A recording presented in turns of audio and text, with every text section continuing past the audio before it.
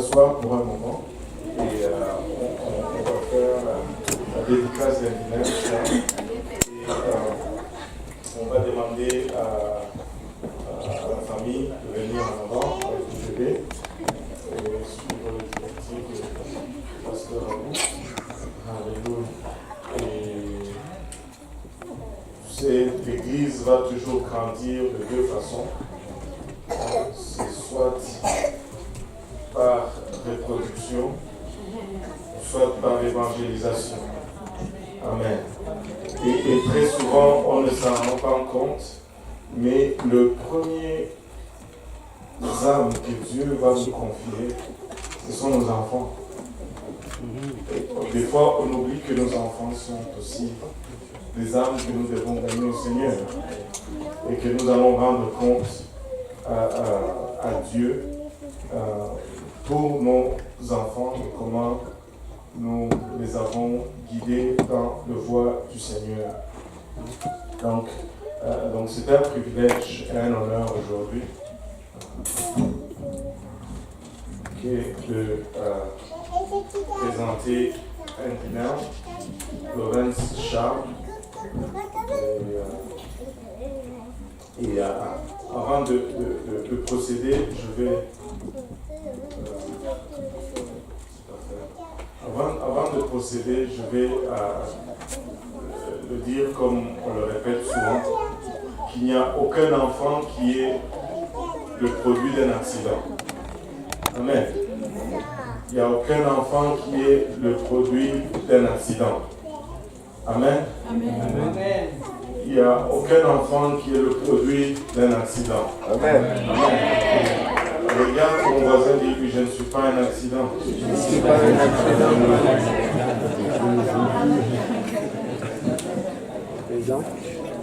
Franchement, je ne suis pas un accident. Il n'y a aucun enfant qui est le produit d'un accident. Amen. Les enfants sont le produit de l'amour et non le produit des accidents. Amen. Et les enfants sont un don de la part de Dieu. C'est Dieu qui forme les enfants dans le ventre des parents. La Bible nous dit dans Psaume 139, verset 13, c'est moi qui a formé, c'est toi plutôt qui a formé mes reins, qui m'a tissé dans le sein de ma mère. Et c'est un processus extraordinaire. Je peux juste soulever ça. Je peux tenir et c'est un processus extraordinaire et c'est clair que ce n'est pas un produit du hasard quand on voit comment quelqu'un, le préposé aux entretiens des équipements doit être limogé et puis on va nommer un autre préposé à l'entretien des équipements parce que nos équipements ça ne tient pas. On va juste enlever ça. C'est pas bon ça. Alléluia.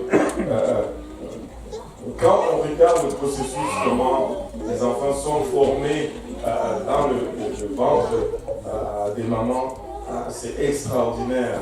L'enfant qui est, j'ai toujours trouvé cela comme quelque chose de phénoménal.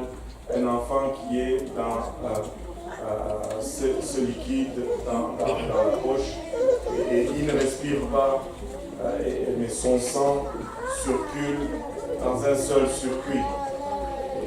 Mais dès qu'il sort du ventre de sa mère, il y a un dédoublement des circuits qui se fait automatiquement et l'enfant commence à respirer. Personne ne peut me convaincre que c'est un produit du hasard. Et c'est l'œuvre d'un Dieu extraordinaire plutôt.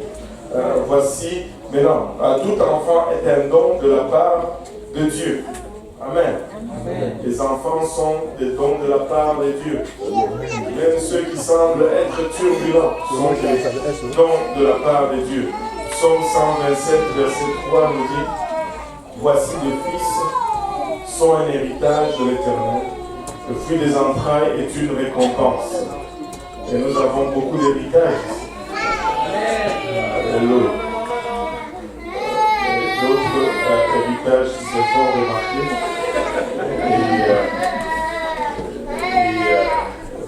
Beaucoup d'héritage. Alléluia.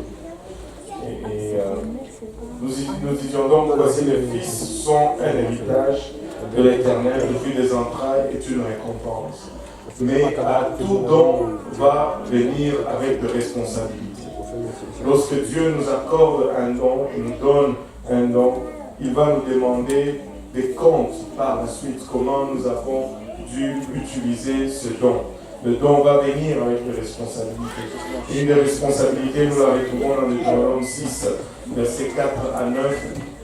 La Bible nous dit, écoute Israël, l'Éternel notre Dieu est le seul Éternel. Tu aimeras l'Éternel ton Dieu de tout ton cœur, de toute ton âme et de toute ta force. Ces commandements que je te donne aujourd'hui seront dans ton cœur. Tout le monde dit dans mon cœur. Alléluia. La place pour la parole de Dieu, c'est dans le cœur.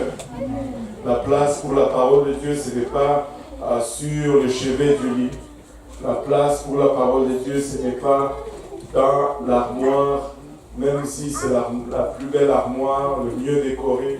La place pour la parole de Dieu, c'est dans le cœur. C'est là où ça devient efficace. C'est là où ça commence à être utile à l'homme. Ce n'est pas sous l'oreiller. Peu importe les cauchemars. Et au verset 7, la Bible nous dit, tu les inculqueras à tes enfants.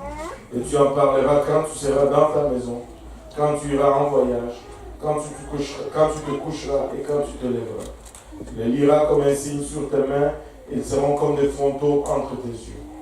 Tu les écriras sur les poteaux de ta maison et sur tes portes.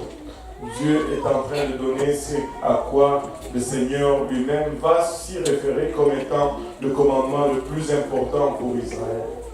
L'Éternel, ton Dieu, est le seul Éternel. Et tu l'aimeras de tout ce que tu possèdes. C'est le premier et le plus important de tout le commandement. Aimer Dieu est le début de toute chose. Alléluia. Mais il ne nous dit pas tout simplement de l'aimer, point final. Mais il nous demande de transmettre cet amour du Seigneur à nos enfants. C'est la plus grande responsabilité de tout parent. Amener nos enfants à la maison du Seigneur doit être aussi important que le conduire à l'école, si pas plus important. Amener nos enfants à une place où ils commencent à considérer la parole de Dieu est capital et vital et très très important. En fait, c'est tellement important que Proverbe 22:6 nous dit « Instruis l'enfant selon la voie qu'il doit suivre, et quand il sera vieux, il ne s'en détournera pas. » Alléluia. Des fois, nous, il y a beaucoup d'héritage. Des fois, nous, j'en perds mon fils. Alléluia. Des fois, nous voyons des enfants qui grandissent dans des troubles, dans des situations peu désirables et sans recours. Mais de temps en temps, nous allons en voir aussi qui vont grandir étant dans les troubles. Mais il y a une phrase que j'aime, mais des fois qui amène aussi une tristesse, mais qui dénote un peu de l'irresponsabilité de foi des parents, surtout dans cette société moderne aujourd'hui. Tu vas rencontrer plusieurs jeunes personnes qui vont te dire « Oh, mes grands-parents m'amenaient à l'église toujours. Je prie qu'on puisse dire « Mes parents m'amenaient à l'église tout le temps. » Et non, mes grands-parents m'amenaient à l'église tout le temps. C'est bon que mes grands-parents m'amènent, mais c'est mieux quand mes parents m'amènent. Dieu doit être une priorité dans nos familles. Par-dessus toute chose, le Seigneur est intéressé dans nos enfants. C'est pourquoi nous aimons avoir les enfants à l'église. J'ai parlé à un prédicateur dernièrement. Je ne veux pas dire son nom. Il a été invité à prêcher dans une église. Je ne veux pas dire le nom de cette église. Quelque part. dans un rayon de 250 km, on va dire. Et il est allé là-bas et il me disait qu'il était triste parce que c'était une église d'à peu près 25 personnes, mais ce n'est pas cela qui l'a attristé. Il me dit, il n'y avait pas un seul enfant dans l'église. Pas un seul enfant dans l'église. Et il a dit, cette église est vouée à la mort. Parce que la vie de l'église se lit dans les enfants, dans la jeunesse. Amen. Alléluia. Et nous voulons avoir des enfants dans l'église.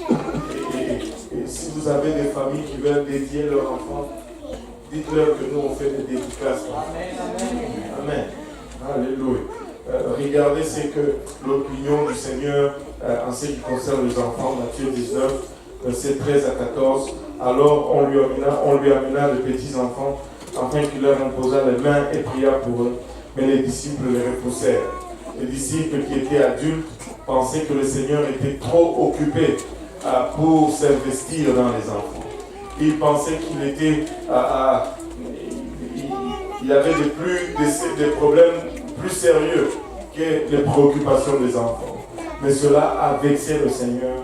Et le Seigneur a répondu, et Jésus dit, laissez les petits enfants et ne les empêchez pas de venir à moi, car le royaume de Dieu est pour ceux qui leur ressemblent. N'empêchez pas les petits enfants de venir au Seigneur. Amen. Certainement, nous allons désirer les bénédictions du Seigneur. Je ne sais pas, des fois, la logique humaine est tellement tordue. Nous allons désirer les bénédictions du Seigneur, mais nous n'allons rien vouloir savoir en ce qui concerne l'auteur de ces bénédictions. Et c'est une chose noble que de désirer les bénédictions du Seigneur. Mais comme parents, nous devons réaliser que nous sommes le canal par lequel Dieu va bénir ses enfants. Si Dieu veut une meilleure condition pour votre enfant, il va vous bénir. Alors c'est important que nous soyons en ligne avec la volonté de Dieu pour que nous ne puissions pas entraver ces bénédictions que Dieu veut placer sur nos enfants. Amen. C'est important de prier pour les enfants, mais nous allons prier également pour les parents. Amen. Alléluia. Le Seigneur est bon. Amen. Le Seigneur est bon. On va prier pour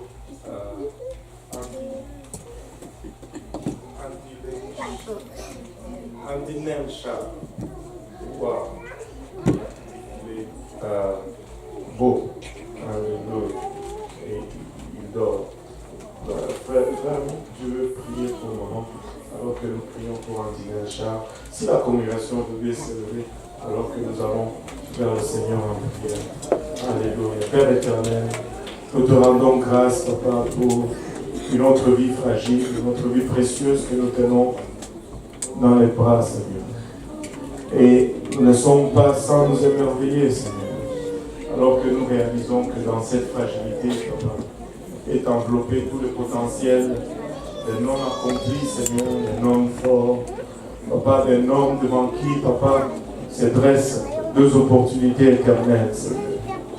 Papa, c'est par le bras de la foi, Seigneur, que nous venons élever devant ton trône de gloire. Prions d'abord pour la famille, Seigneur. Nous prions, Seigneur, que tu étends ta main, Papa, sur les parents, qu'ils puissent, Papa, organiser leur vie de sorte que tu sois la priorité dans la maison, Seigneur. Que la maison soit un lieu de prière, Papa. Un lieu où on entend continuellement des cantiques élevés en honneur de ton nom, Seigneur, afin de servir un cadre approprié, Papa, pour la croissance en lui-même. Charles, aujourd'hui, Seigneur.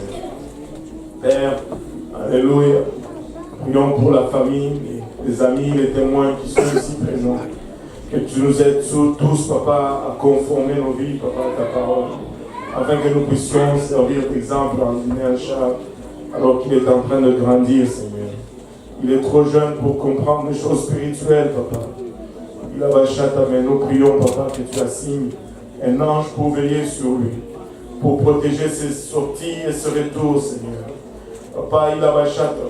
Nous prions que ton mur de feu, Papa, l'entoure, Papa, et les protège contre toute attaque de l'ennemi. Nous prions, Seigneur Jésus-Christ, Papa, que ton ange veille sur lui et les protège de tout accident, toute embûche, de toute maladie, Papa, il a bachata. Qu'il puisse grandir, Papa, dans la crainte de ton nom et dans l'amour de ta parole. Et maintenant, il est trop jeune pour comprendre les choses spirituelles, Seigneur. Mais lorsqu'il va arriver à l'âge de la compréhension, Papa, nous prions qu'il puisse entendre ton évangile, y croire, Papa, y obéir, se repentir de ses péchés, se faire baptiser en ton nom précieux, être rempli du Saint-Esprit et vivre, Papa, pleinement, Papa, ce que tu as comme plan pour sa vie. Seigneur Jésus-Christ, Papa, passer à côté de ces plans signifiera l'échec, Seigneur. Et cela, peu importe, Seigneur, les accomplissements mondains, économiques, financiers, l'accumulation de biens matériels ou la célébrité atteinte, Seigneur. Papa, nous prions, Seigneur Jésus-Christ, qu'il puisse, Papa, prendre conscience de ton plan pour sa vie et de vivre ce plan dans sa plénitude. Et c'est avec action de grâce dans les cœurs que nous te prions tous ensemble, dans le nom de Jésus. Nous disons tous au nom de Jésus. Au nom de Jésus. On nous bat de nos cœurs.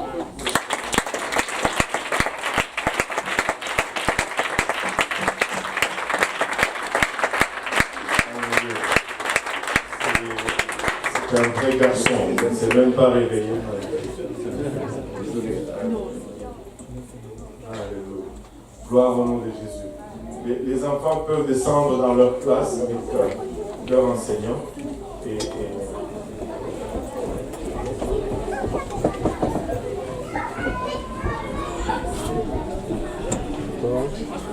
Quoi les amis? Tu as quelque chose à dire? Oui. Moi je faisais le manière pour la fille de la fête de Vendée. Oui. Un petit bandit. Très bien.